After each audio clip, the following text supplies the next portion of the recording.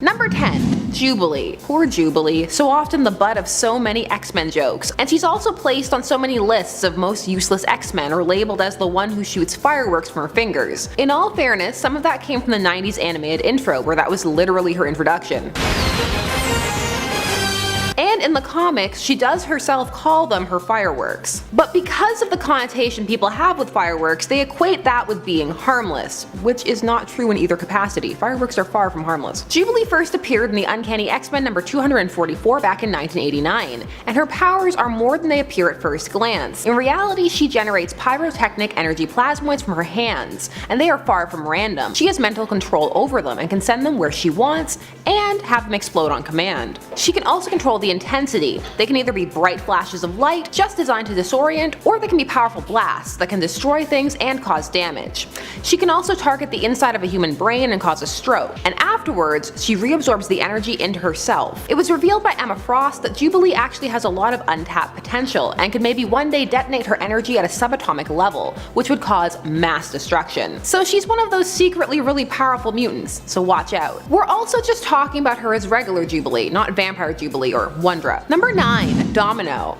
Now, since the release of 2018's Deadpool 2, more people are aware of Domino and her luck powers. But what are they actually? Because depending upon the writer, even they don't seem to know exactly how to implement them. Domino made her first full appearance in X-Force number 11 in June of 1992, and what her powers really are a subconscious psionic ability to telekinetically affect the outcomes of probability in her favor. So she calls it luck, but really it's her manipulating her own environment with her latent powers. Her abilities are activated when she is in stressful situations, which in her line of work boils down to essentially all of the time. However, in order for these to work, Domino has to actually be involved in what's going on, so she can't just sit there and alter things from afar. She's not the Scarlet Witch. As her abilities also impact her, they impact how she moves in her environment. So that means her telekinesis impacts her reflexes and agility as well, causing her to appear enhanced, and she does operate on a superhuman level because of all this. There have been periods in time where she can control her abilities. It really depends on who's writing her. Number 8. Matter Eater Lad. Now you may be saying, these powers seem pretty simple, he eats matter, it's right there in the name. And yes, that is true. What people have more trouble with here is how exactly would these powers be useful at all? He first appeared in 1962 in Adventure Comics number 303. Because of poisoning on his home world, his people have had to adapt to be able to consume anything, and yes, they were from the planet Bismol, as in Pepto. Hilarious. The thing is, yes, he can eat anything, but when is this useful? Is it for escapes? Can he consume MacGuffins? It's the kind of ability you need to work to get into a story, and apparently most writers felt that way as well, because the character has largely disappeared. Post Infinite Crisis, he's been pretty much absent in the DC universe, and dare I say, potentially not that missed. I'm sure those who do miss him will let me know down below. Number 7. Squirrel Girl. Now let's start off by saying being on this list is not a dig. People get really defensive about Squirrel Girl. Don't even talk about her. Don't even look at her. Who are you to breathe her air? How dare you? She beat Dr. Doom. Squirrel Girl was first introduced in Marvel Superheroes Volume 2, number 8 in 1991, and at first she was a bit of a joke character. There's actually a version that appears in a Tick episode of the animated series from the 90s, The Tick vs. Education, which is a great episode featuring Sarcastro. I like squirrels. What? That's my battle cry. Villain, I like squirrels. But back to Marvel's version. Over the years, this character has grown to be an established part of the Marvel mythos, and she has been utilized in a variety of ways. So her powers, prehensile tail and buck teeth aside, which are attributes not abilities, but I digress as she did use them as a squirrel would. When she first appeared, she listed everything she could do. She has the agility of a squirrel, the claws of a squirrel, retractable knuckle spikes about 3 inches long, so watch out Wolverine. And while she can communicate with squirrels, which is what most people remember, she doesn't do it telepathically. Instead, she just understands their speech, and they can understand her as well. Over time, she had more abilities added, heightened reflexes, lips that taste like hazelnuts. She was a mutant, then she wasn't one. It's a lot, but now you know. The most important takeaway? Definitely the hazelnut lips. Number 6. Hindsight Lad. This is another one of those ones where it's like, when would you need this? I mean, I can think of one applicable use, and that's if you were trapped in a time loop and he was the one person who remembered it. So Hindsight Lad is Carlton Lefroy. He first appeared in New Warriors Annual Volume 1, number 3. Here's the thing, he doesn't really have powers per se, he's just a skilled tactician, and he was a skilled researcher. So he could look at situations that had passed and be like, this is what went wrong. Like many people, you too could be Hindsight Lad. The reason he's on here is because people think it's a power, like Captain Hindsight from South Park. He flies in as like Spider-Man, you should have changed your web cartridges before this battle. But really it's more he sits at the computer and replays everything like a football coach. Yeah, like Matter Eater Lad, he doesn't get a lot of playtime these days either. Number 5. The Tick. The Tick has powers, he says so all the time. He's nigh invulnerable. But what does that mean? The Tick was created by Ben Edlund and first appeared in New England Comics newsletter number 14 back in 1986. He's a parody-esque superhero and fights crime in The City, and his strength is never fully defined. In the comics, he is full-on an escaped mental patient. In the 2016 series, he claims his strength is 10, perhaps 20 men, a crowded bus stop of men. So when it comes to nigh invulnerability, it means it's pretty much impossible to hurt him. He feels pain, particularly in his antenna, but the threshold is not consistent. He can survive being hit by a train, but depending upon the issue, villains can just knock him out. He also has something called drama power, meaning he gets more powerful the more dramatic a situation gets. And with the Tick, you know it's gonna get mighty dramatic. So in short, his powers being perfectly defined is less important than the story surrounding them. He is more of a comedic character after all. Also, give me your favorite animated episode. Mine is The Tick vs. Comfort. And shout out to Batmanuel and Deflator Mouse, who I love equally. Number 4. Karma. Karma is one of the newer mutants to have been created. She first appeared in Marvel Team Up number 100 back in 1980. And one can guess based on her name that we're getting into psionic and empathic territory, but it's darker than her name would suggest. Karma can possess animals and people, and she doesn't need to be close to them to do it. So in short, terrifying. She projects psionic energy so that her consciousness overwhelms the hosts, rendering it dormant. Then she can alter their perception or memories, force them to fall asleep or give her information, manipulate their bodies, and use them as puppets. She used to only be able to do this for a short time, but she's gotten better. She can now possess multiple people at once. So no, nothing to do with like, oh, they were bad, so she causes bad luck for them. No, just pure terror. I can't see these powers being used for good, even on villains. This just seems super unethical, unless all you do is go to sleep. The trauma of her victims must be absolutely enormous. I'm scared of Karma, man. Terrified. Number 3. Cable. So Cable is pretty well known, especially after Deadpool 2 introduced him to the mainstream. But sometimes his abilities get a little lost in his backstory and also his appearance. So Cable first debuted as Cable in the New Mutants number 87 back in 1990. He had appeared as Nathan Summers in the Uncanny X-Men number 201 back in 1986. He is the son of Scott Summers and Madeline Pryor, the clone of Jean Grey. He was sent to be raised in the future and grew up in an era hunted by Apocalypse. His metal arm is the result of a techno-organic virus that is only kept from consuming him by his extremely potent telekinetic powers.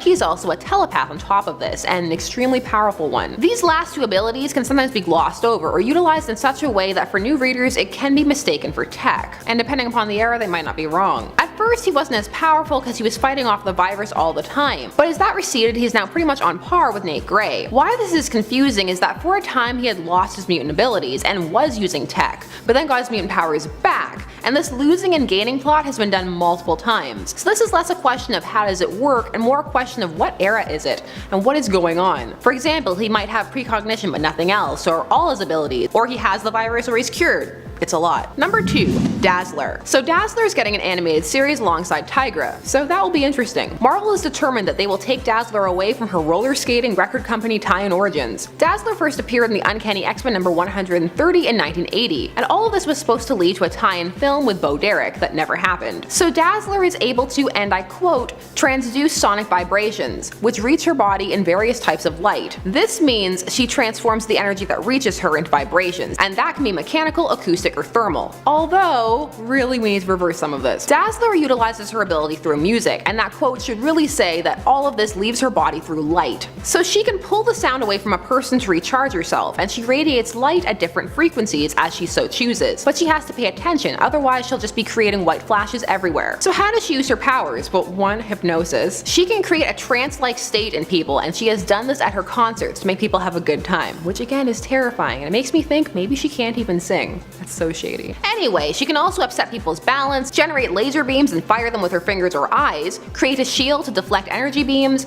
She herself cannot be blinded by light. She can create holograms. See, there's a reason that Galactus considered her for his herald. I'm actually not done, but we'd be here all day. Dazzler can actually be utilized in really interesting ways, so there is potential there. Just they need to focus it because there's a lot going on. I think she needs a hologram of herself that performs while she fights crime like Nightman. I don't know, I think Dazzler could be really cool. I can hear the comments now. now. Dazzler is cool, how dare you. And number 1 in the powers people don't understand department, Scarlet Witch. So Wanda Maximoff first appeared in the X-Men number 4 back in 1964, and at first her powers were pretty vague. They were hex powers. She was a witch, but that was in name only, as her powers were mutant ones. Her hexes specifically affected probability, causing bizarre events to take place, often not in the favor of those she was fighting. Over time she would gain control over these hexes, but she was also trained in this by a witch, despite being a mutant. This way she could now control mystic artifacts, and she learned to wield magic on top of her abilities that she already had. Later writer Kurt Busiek would retcon her powers to say her mutation was that she controlled chaos magic. And then Avengers Disassembled happened, and her powers were retconned again to reality warping abilities. And this is what most people remember, because this storyline was famous and led to the No More Mutants in House of M, the whole 9 yards. However, her powers have been retweaked to chaos magic or mutant magic. The most recent addition is that she was born a witch, and then the High Evolutionary genetically altered her to make her more receptive to magic. So I think why she's on here is clear.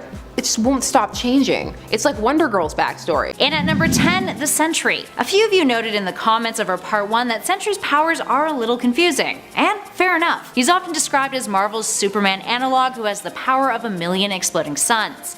Vague, right? He's also been described as a character whose full extent of his powers are still unknown, and that's likely because there are so many of them that we've only seen some of them in action a handful of times. So what exactly are those powers?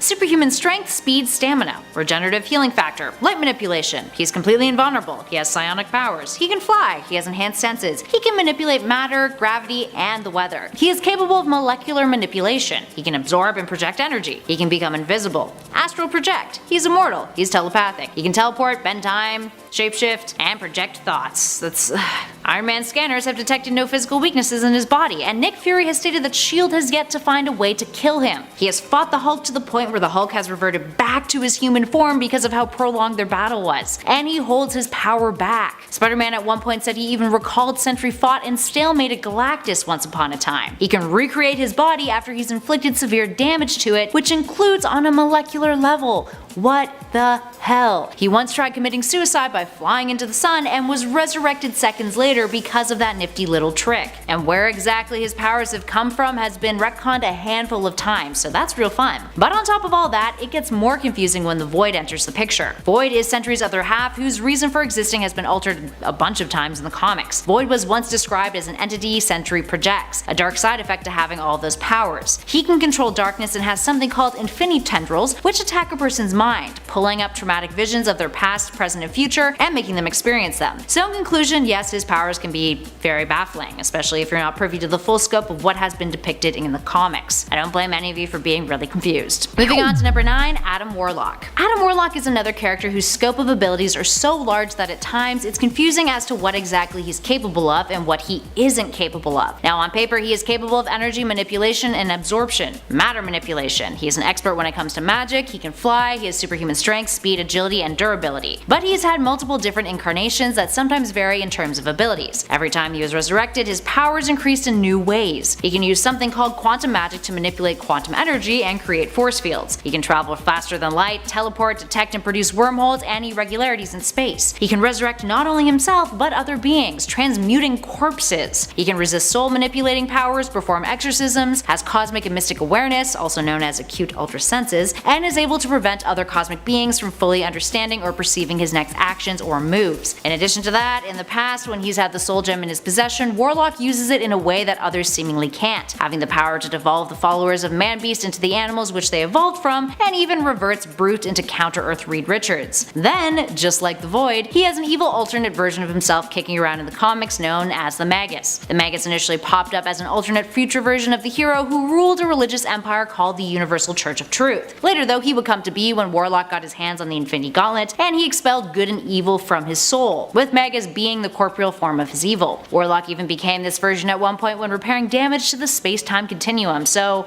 dude has a skill set that is like a ridiculous superhuman toolbox. It's hard to follow sometimes. And at number 8, Tag. Tag is one of those heroes on our list who, after you get a proper explanation of how exactly his powers work, he makes a whole lot more sense. Although the usefulness of his abilities are still pretty questionable. Tag, aka Brian Cruz, is a mutant who can force people to uncontrollably run away from whatever object or person he desires. Like playing tag, except you have zero agency in the matter. This is due to psionic signals that he emits, which can be effective within a 100 feet radius radius of his person. Essentially, he can use this to direct people how he chooses, which yes is a little convoluted, but still managed to appeal to Emma Frost enough to make Cruz a member of the Hellions. The real kicker though is that he yells, "You're it," whenever he uses his abilities, which I imagine would get real old real fast. But he eventually was depowered during M-Day and actually died in a bus bombing, so guess nobody's it anymore.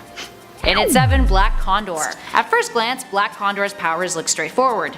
Dude can fly. Wow! But here's where it gets messy. There are 3 Black Condors in the comics, all owned by DC. The first showed up in the Golden Age in 1940, the second in 1992, and the last in 2006. The first one is a mutant who can fly, who, eventually after arriving on Earth X, is revealed to also be telekinetic, although limited on that front, having the ability to mind over matter, which seems kind of like a cop-out really. He also has a ray gun which has never been explained as to how it got into his possession, and it shoots a black beam that can stun a man, or just break a brick wall, implying that I guess it has adjustable power settings. He also is considered to be an Olympic level athlete, but that has never actually been proven. Then came the second Black Condor, who is telekinetic, can fly, is an empath, although that's stated to be limited, albeit never being actually fully defined. And last but not least, we have Black Condor numero 3. This fellow got gypped, having only demonstrated the ability to fly and control air currents, but is apparently an elemental of the sky and earth, even though that has never been seen on the panels. So, at the end of the day, really you could just argue we are ripping on poor Black Condor, but really the alias has a very confusing history. That's why he earns a spot on this list. In at number 6, Rorschach. Controversial pick at this number, but hear us out. Rorschach is a vigilante from Watchmen who has no powers, but often that is confused thanks to a specific detail pertaining to his costume, his mask. So let's backtrack for a hot second. Rorschach is a character named Walter Kovacs who is an analog of sorts of Charlton Comics' The Question and Mr. A. He is a vigilante who operates out of moral absolutism. There is no gray area when it comes to what is good and what is evil as far as he is concerned. But because of this, he believes he must punish evil at all costs without any mercy. He may be brutal, he may be an expert when it comes to hand-to-hand combat, he is a great detective and knows his way around a plethora of weapons, but he does not have any superhuman powers. The only one who does in Watchmen is Dr. Manhattan. But Kovacs does have something neat. He refers to his mask as his face, an ink blotch Rorschach design that shifts and moves. This is actually due to a fabric that his mask is made of, derived from a technology created by Dr. Manhattan, which contains viscous liquids, one black and one white, between 2 layers of latex. The liquids shift in response to heat and pressure, forming symmetrical patterns similar to a Rorschach ink blot test, and they never mix. The more you know. Long story short, don't get confused, he doesn't have powers. But he sure does look cool. And at number 5, Mysterious Fanboy. In a similar vein to Scarlet Witch, who appeared on our Part 1 list, let's talk about this X-Statix member. Mysterious Fanboy aka Arthur K. Lundberg, who first appeared in X-Statix issue 1 from 2002. Artie was the self-proclaimed biggest fan of the team, who in its previous iteration was created as a means for a reality TV series, with the majority of their members, previously known as the X-Force, dying when a publicity stunt mission went horribly wrong. Artie was put on the team in order to control and monitor his powers, and was even injected with a serum to aid his weak heart in an attempt to prevent him from having a personality meltdown that could potentially have catastrophic results. He is capable of animation. He once summoned an army of zombies, energy manipulation, genetic manipulation, reality manipulation, and he can teleport. While that seems straightforward on paper, in action, and on the panels, it sometimes gets a little confusing. It was also believed, although never seen, that because of the extent of his reality bending abilities, he could potentially manipulate any other power he desired. He would only appear in 22 issues of the comic, eventually dying of a heart attack after an incursion with Razorhead. Up next, number 4, Maggot. Maggot is a curious character. First appearing in Uncanny X-Men issue 345 in 1997, his powers could be defined as psychometry and a slug-based digestive system.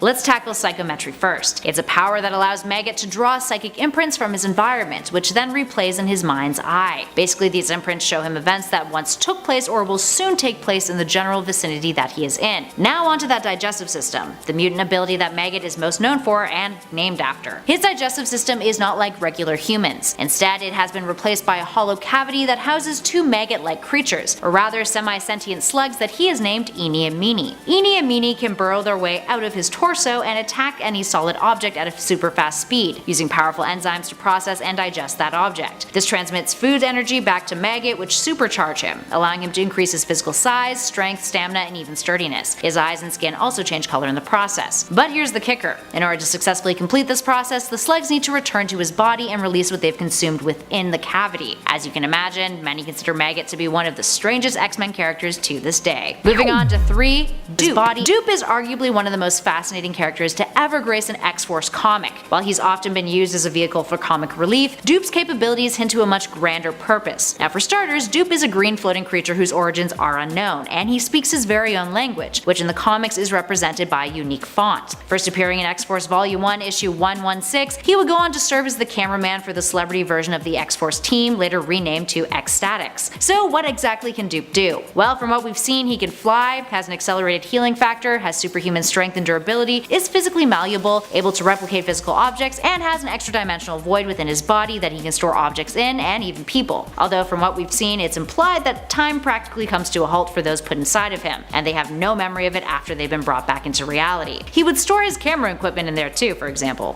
Here's the thing though, in all of his comic appearances, the extent of his powers are super vague, and it's implied that he can manipulate time and space. Time manipulating abilities of others don't affect him. He can also expand his body, stretch out its parts, and do things like remove his eye from his head and then just pop it back in. Arguably, Dupe is much more of a mystery than confusing, but for those unfamiliar with the character, what exactly he does is often a bewildering head scratcher at best. Moving on to number 2, Halo from Young Justice Outsiders. Halo was another suggestion from all of our pals in the comments of our Part 1 list. A more recent addition to the Young Justice universe, Halo is loosely based off of a character from the Outsiders of the same name, but their powers slightly differ. Another point of contention when it comes to understanding exactly what it is that they can do. Halo is a character whose abilities are best described as aura generation. Ever since she was resurrected, she has the ability to generate multicolored auras, with each aura having a different power and manifesting in moments of extreme emotion. She can now use them at will, but can only use one aura at a time. Her violet aura is one that allows her to heal and resurrect others. Red is force fields, orange gives her flight, yellow allows her to project energy blasts, green gives her the ability to create holograms, blue allows her to create a bright flash of light that blinds those around her, and her indigo aura is perhaps the most confusing of all. It opens up a boom tube, which is a transient interdimensional corridor used as a means of transportation by the new gods. And here's the fun part. Normally, it's generated by a mother box, which, for brevity's sake, is a living computer. Halo is by no means a walking talking mother box, for the record. But all of those different abilities doing all of those different things, and it all being color coordinated, yeah, can be a little bit confusing at times. And last but not least, Danny the Street. While Danny the Street's abilities may seem obvious, he is literally a living stretch of road, the character is a wee bit more complex than that and often gets written off as, well, simply a street. First appearing in Doom Patrol issue 35 in 1990, Danny is described as a living sentient piece of urban geography, who can magically and also seamlessly relocate himself in any urban landscape at will. This occurs without any disruption to the surrounding environment that he chooses to place himself in. In addition to this, he can freely interact with other beings throughout various forms of visual printing that he can generate within his proximity. He's also been described as a living pocket dimension that can incorporate more and more space as he gains more residence, and can create any conceivable thing, whether living or inanimate, if he has enough strength to do so. And the best part? His most important power is described as being a friend to those who need it most. And he has the ability to let everyone feel comfortable being themselves, which yes is wonderful and noble, but is utterly perplexing in terms of how his existence is possible, let alone how, based on skewed superhuman physics, how we can even make all of those things happen. Perhaps much of the confusion surrounding the how and the why as far as Danny the Street is concerned comes from a lack of the character being fleshed out better, despite a lack of flesh and only,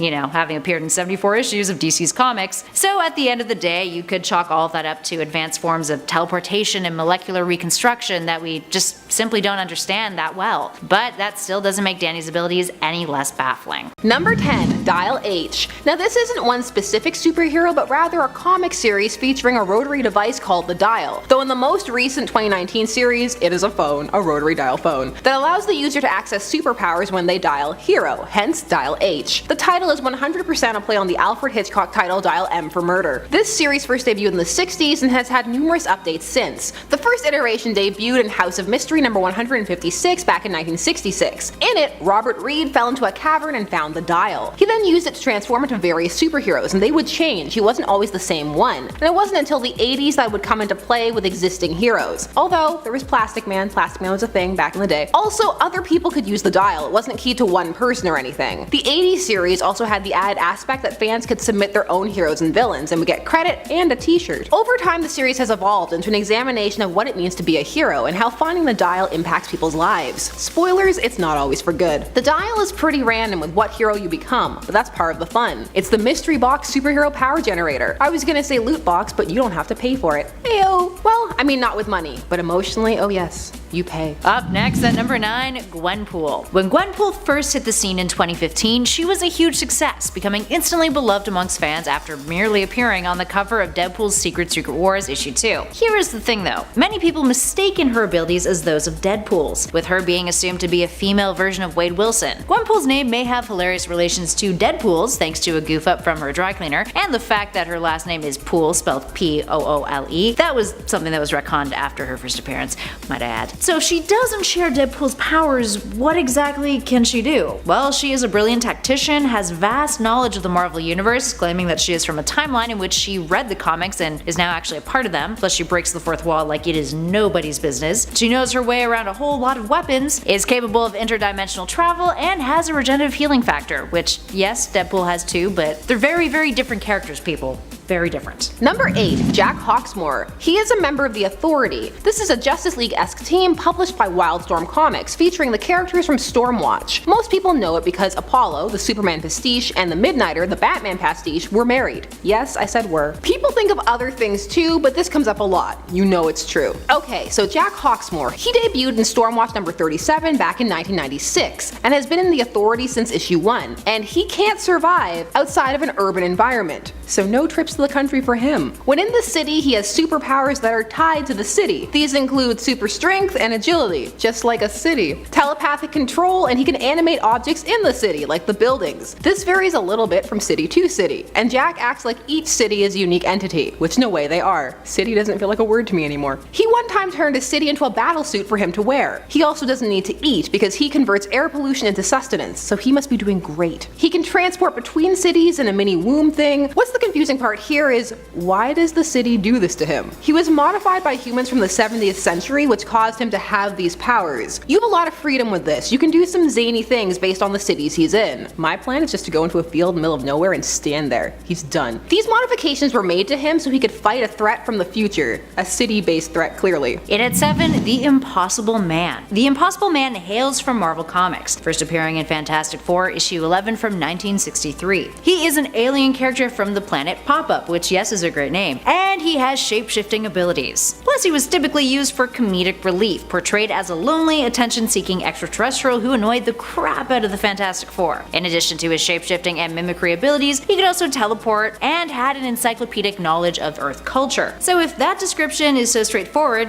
how did he end up getting on this list? Well, it's because of how the Impossible Man was depicted. His first appearance had him visiting Earth on vacation and assuming that he was the most powerful being on Earth after meeting the Fantastic Four. And then the story consisted of him harassing the team of heroes, wanting to start up an Earth pop-up travel agency. His earlier depictions gave him unlimited shape-shifting powers via molecular rearrangement, but due to his use as a comedic character, the extent of his abilities often fell into befuddling territory, and the full scale of his powers became questionable, since he was also able to mimic the likes of Thor and Wolverine. All in all, looks really funny, doesn't seem like much of a threat, kind of questionable as to what exactly his shape-shifting abilities can do. We know he can, but overall, very baffling. Number 6, Zatanna. Now you may be thinking, are you both okay? Everyone understands Zatanna, a magician, she speaks backwards, but what some people miss out on is the scale of her powers. Zatanna is actually one of the most powerful sorceresses on Earth, and her powers appear to be inherited. What people tend to misuse or not remember is that her magic increases if not used. So if she doesn't use her magic, it builds to a critical point, which can cause an incident. This is why she releases it in such a controlled manner. However, if she uses too much, she depletes her powers, so she has to find a balance. She can also do spells spoken forward and has done so on rare occasions, and she can also do blood magic. Also, the limits of her powers are not fully defined. So have we seen the ceiling? We don't know. She's dangerous. Don't be fooled just because you could temporarily stop her with some duct tape. Moving on to number 5, Ink. Our next baffling character is a Marvel creation who first appeared in Young X-Men issue 1 from 2008, and his powers are his tattoos.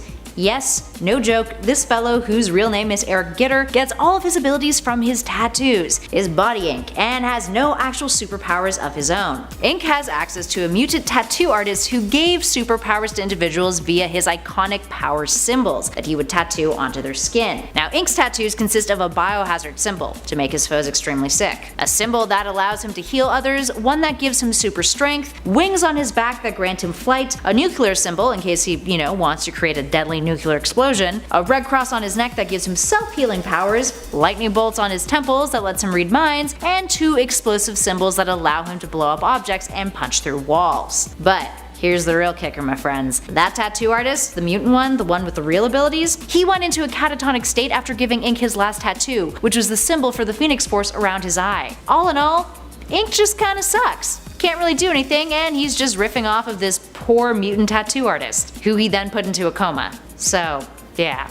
Screw you, Ink. Number 4, the Silver Agent. Astro City. That's right, Astro City time. I love Astro City and we don't talk about it enough. I will make all of the reaches to get characters on it on this list. So Astro City parallels the different eras in the mainstream superhero development, like actually historically. So the Silver Agent is their big Silver Age patriotic hero. And okay, so Astro City isn't told in order. Instead, it jumps around to different tales from Astro City's history. So the Silver Agent's tales revealed in bits and pieces. So at the start, we know that he was a hero and that the city has a monument to him, as what happened to him is their greatest shame. So the Silver Agent's story involves time travel, and he is traveling back through his own timeline, and each time he gets a little bit more powerful. So to the city he appears magical and to just be ever increasing in strength, but really he is being charged by the time travel energy as he moves back and forward further and further. He gains super strength, flight, and more, and with his heroic nature he couldn't not jump in to stop situations he saw unfolding. However, the Silver Agent actually gifted his energy to the city when he returned to be executed for a crime he didn't commit, something only revealed after his death, hence their great shame. Astro City is just a ride. Like how the Samaritan has fought his enemy the Infernal to such a standstill that they just go to dinner once a year to see if either is close to coming over to the other side. I could talk about this all day. Moving on to number 3, the Negative Man. The Negative Man is a character that first debuted in 1963, a DC creation who has eluded fans for years. I mean, it kinda makes sense as to why he's a member of the Doom Patrol. Negative Man, aka Larry Trainor, is an individual who was accidentally exposed to a radioactive field in the atmosphere while piloting a test plane. This gave him an interesting set of powers. Not only was he now radioactive, but he had the ability to release negatively charged energy from his body, referred to as the negative spirit or his soul self. Now this soul self is intangible, capable of flight, it can generate minor explosions when it comes into contact with positive energy, and it also acts as a means of temporal astral projection. It's visually represented as a shadowy silhouette of a human being. The downside? Well, Larry's body is physically defenseless when he is separated from it, so he only uses this ability 60 seconds at a time in order to avoid risking death. Now because of his radioactive nature, he wears special bandages that protect those around him, making him look a whole hell of a lot like the Invisible Man, something that can be slightly confusing to those unfamiliar with his character or the Doom Patrol upon first glance. And that, my friends, is exactly why he ends up on this list. Number 2, Pureheart. This is Archie Andrews from that time when Archie was a superhero. Archie comics do what they want, and in 2019 they brought this series back again. So when Archie is Pureheart, his powers depend on his pH factor, or his pure heart factor, so he can only access his powers if he has a pure heart, hence his name, Pureheart the Powerful. Here's the thing, he can lose his powers really easily, just one impure thought. So feeling jealous, boom, powerless. Accept a gift or kiss from a grateful rescuee, boom, no powers. I hope they don't do it mid-flight, cause then, well, they're both dead. And finally, in our number 1 spot, FANTOMEX. First appearing in New X-Men issue 128 from 2000, FANTOMEX was a character created by the Weapon Plus program to act as a super sentinel against mutants. He's a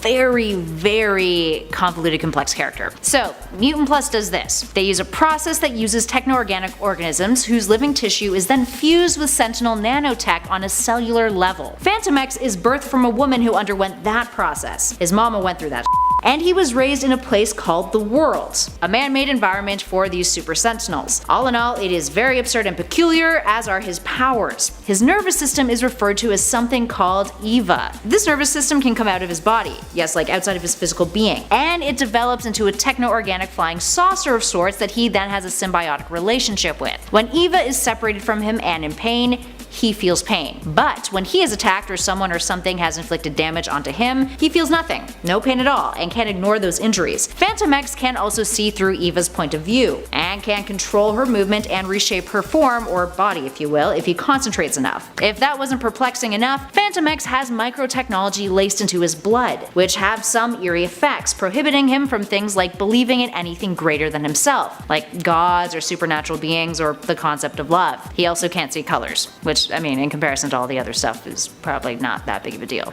Dogs can't see colors, so. He can self-heal, and he can alter his body to increase his strength or hearing range. He can also enter a trance in order to perform crucial tasks such as perform surgery on his own body. All in all, he is a curious character to say the least, and to not entirely understand what he does, I mean, in my opinion, is perfectly acceptable. And at number 10. Mogo. Hailing from the DC universe, Mogo is a sentient planet, adrift in space, doing his best to look awesome and not do much else. Oh, and did I mention that he's also a part of the Green Lantern Corps? The Green Lanterns will literally hire anybody these days, even an immovable planet. Aside from being able to create constructs with his power ring, Mogo is also able to create holograms on his surface to simulate whatever he wants. How is this explained? Well, he's a giant superpowered planet who's also a space cop. Does it need any more explanation than that? And at number 9, Big Bertha. Ashley Crawford is a mutant who is able to control the fat distribution throughout her entire body. So during the day, she's one of the most beautiful supermodels the world has ever seen. But when trouble arises, she becomes Big Bertha, a really fat superhero with super strength. Now, I understand the concept of being able to redistribute your body mass to make yourself bulkier and, you know, more or less an immovable object, but where does the super strength come in? How does adding more mass onto her legs allow her to jump further like it does in the comics? Wouldn't it be the opposite? Her powers are strictly defined as fat manipulation, so muscle shouldn't be involved in this at all. I'm so confused, Marvel. Why would you do this? Is she just like the female Blob? I need to know. And at number 8, Ambush Bug. First appearing in DC Comics Presents number 52, Ambush Bug was initially presented as a villain to Superman and the Doom Patrol. He appeared as a self-centered villain who wore a skin-tight green suit, which made him look more or less like a bug. Any and all powers he had were just devices he had hidden away in his suit somewhere. Ambush Bug was so popular, however, that he was brought back more and more until eventually they transitioned him from being a villain into a third wall breaking hero, very akin to Deadpool. His appearances in comics nowadays are very sporadic and get weirder and weirder every time, and his powers are pretty much whatever the writers want them to be. Number 7. Hope Summers. Hope Summers is one of the most powerful mutants in all the 616 universe. Or is it the Prime universe now? I can never tell anymore. Hope was born at a time when no new mutants were supposed to emerge and unleashed a psionic blast so powerful it destroyed Cerebro. Was this psionic blast explained? Not really, but let's move on. It was later explained that Hope has the ability to mimic the abilities of mutants in her general vicinity, and is also able to boost the abilities of those around her. Mimicry is a pretty straightforward ability, right? So where does all this other stuff come from? Like, remember the time when she cured Rogue of the uncurable Strain 88 virus? Or remember when Rogue's touch could kill anyone, but it didn't kill Hope, she could just carry her around normally? And she's also undetectable by Cerebro, so is she even a mutant? I don't even know anymore. And at number 6, Deadman. Boston Brand was one of the greatest trapeze artists of all time, and would captivate audiences under his stage name, Deadman. Unfortunately, during one of his routines, Boston was murdered and then resurrected as a ghost with the powers of possession. Using these powers, Boston, now only referring to himself as Deadman, attempts to solve the mystery of his own murder. Now, see, I love Deadman. I think he's a very unique character, and the stories he's involved with are really cool. However, sometimes his general power of possession gets a little muddled. As a ghost, he should be able to jump into whoever he wants, right? But no, he has a lot of restrictions. If somebody is already being mind controlled, no. Has magical power, no. Or someone who has a really strong will, no. So why does this happen? I know he needs obstacles in order to be a good character, but there's never a definitive reason as to why he can't possess these kinds of people. I mean, like, okay, hear me out. What if he tried really hard? Like, harder than he's ever tried before? Like, would it work? I don't know, you gotta tell me, DC. And at number 5, Captain Marvel.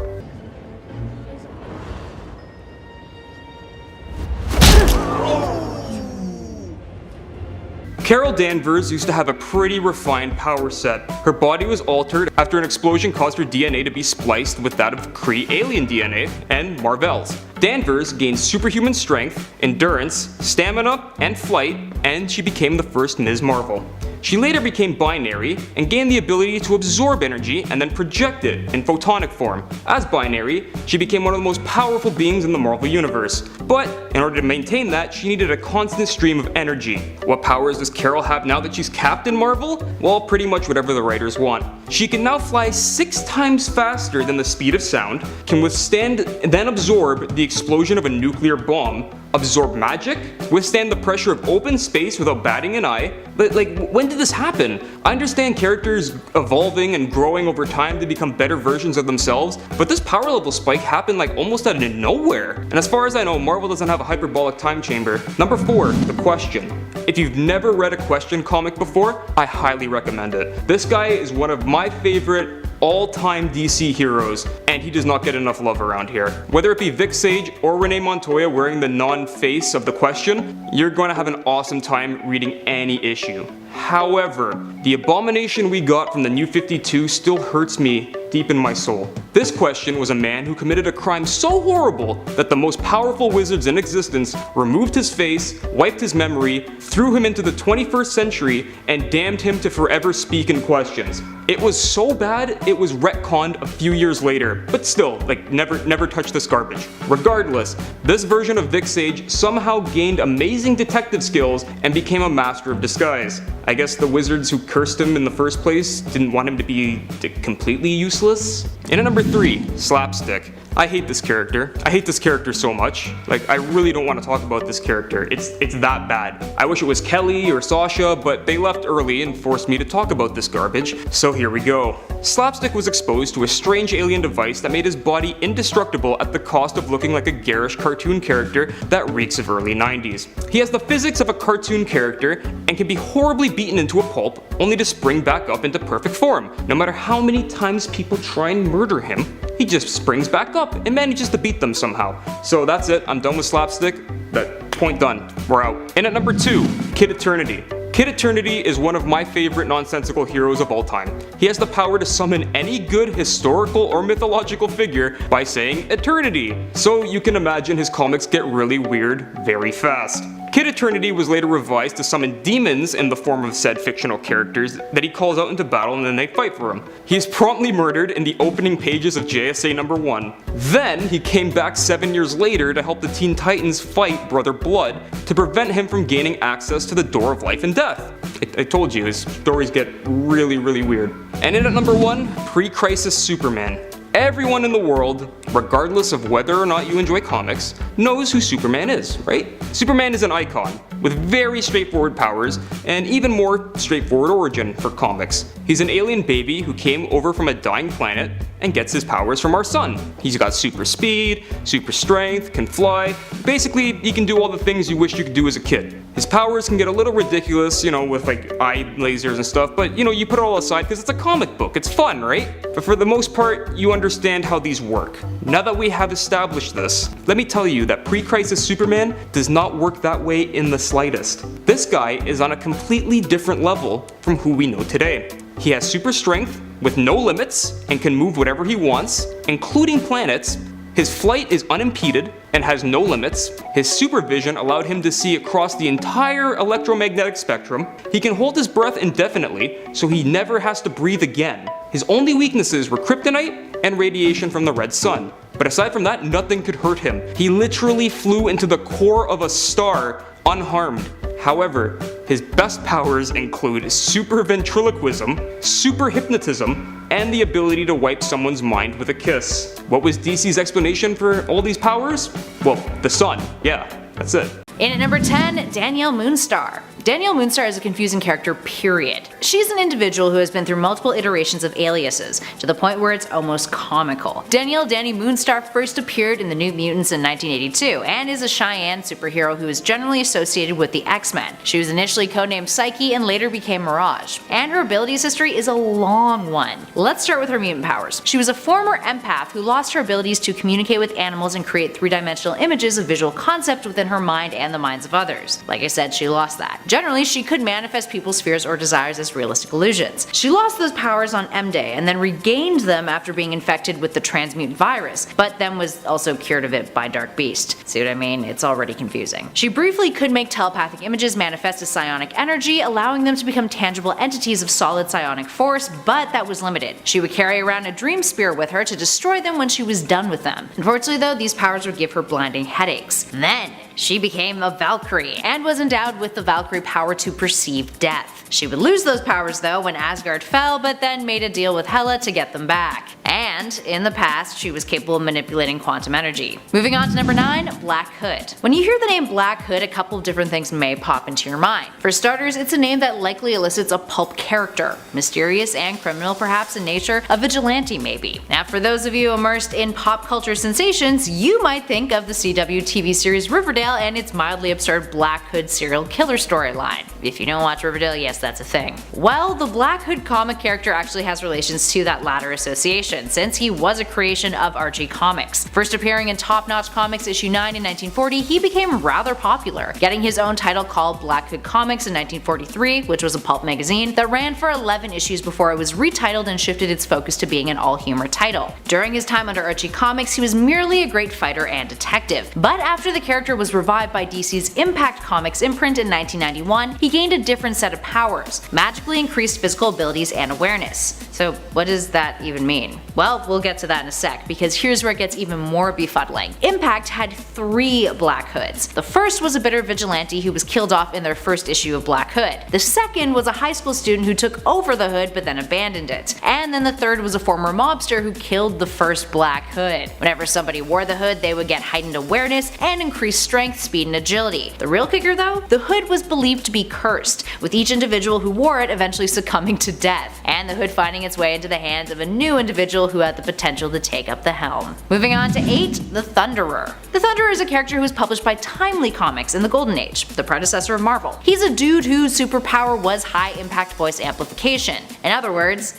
dude shouted real loud. So let's backtrack here for a sec. Thunderer first appeared in 1941 in Daring Mystery Comics issue 7, and was a fellow named Jerry Carstairs, a radio operator frustrated that the US wasn't dealing with crime or Nazi saboteurs, so he took the law into his own hands. After learning of a Nazi infiltration operation that was abusing the radio station he worked at, he adopted the Thunderer persona, a costume with a built-in microphone, and took them down. He is capable of deafening people or leveling buildings with his sonic scream. Sure, you could call him a predecessor to Black Bolt's perhaps, on a creative level, but let's be real here. How exactly he was able to create a built-in microphone to do that in the 40s and level buildings is beyond me. Needless to say, he fell into obscurity, with one of his only claims to fame now being that he appeared in an animated Spider-Man series in an episode called 6 Forgotten Warriors. At least his costume looked kinda cool though, you gotta give him that. And at 7, Jazz. If you thought Thunderer was a character who had a silly power, get ready to wrap your mind around Jazz. No, not the music, but the character. Jazz, whose real name is John Xander, is a blue-skinned mutant who wanted to be a rapper, but was not good at it. He became a drug runner instead, selling toad juice, which was a drug made from the secretions of another mutant. Gross. After M-Day, he was one of the few who retained his powers, and later, while trying to buy drugs, he was killed by Johnny D via a miniature voodoo doll. Needless to say, dude has a bit of a mockable storyline. So why is he confusing? Because he's a low-level mutant who doesn't actually have an ability. His mutation is that his skin is blue. That's it. I mean, maybe he could rap you to death with his mediocrity, but technically that is not a superpower. That's just a depressing character trait. And at 6, Kylun. There are plenty of animal-themed superheroes out there in the world of comics. Generally, their powers derive from their animal persona, as if they were some sort of anthropomorphic creature who had the abilities of said creature. We're not talking furries here, friends. Don't you dare make that joke in the comments. For example, take a look at Beast. Even Wolverine has similarities to his alias's namesake. But then, there is Kylun, who is slightly misleading. Sure, he looks like a cat creature of sorts, feline in nature, but that has no relation to his abilities. He's got claws and fangs which he can use in battle, but his true power is something unrelated. He can mimic sounds. Literally any sound that he hears, Kylun, aka Colin McKay, can replicate it thanks to his superpowered vocal cords. You weren't expecting that, were you? And at 5, Metamorpho. Metamorpho is a head scratcher. Also known as the Element Man, Metamorpho is a DC character who helped found the Outsiders, and first appeared in 1965 in The Brave and the Bold issue 57. 1997. He was a product of the popularity of Fantastic Powers, a successor to Doom Patrol and Metal Men, and his abilities consisted of elemental shapeshifting, super strength, and invulnerability. While those last two are pretty straightforward, it's the shapeshifting that we're concerned with. When you think elemental, you think fire, earth, water, air, right? Well, Metamorpho is more complex than that, which often causes confusion surrounding the character. He can transmute his body into a variety of elemental compounds that he can then form to his will. In other words, he is a much more science-based hero. Now initially he was restricted to elements that naturally occur within the human body, but over time that became less and less of a limitation, with writers allowing him to assume forms of gas, liquids, or solid states. He can alter the shapes and consistencies of these elements to form complex compounds, and can shape parts and portions of his body rather than being forced to change it in its entirety. He is capable of forming himself into complex structures the likes of tanks and a bicycle, or more ambiguous stuff like a cloud. Moving on to number 4, Super Teen.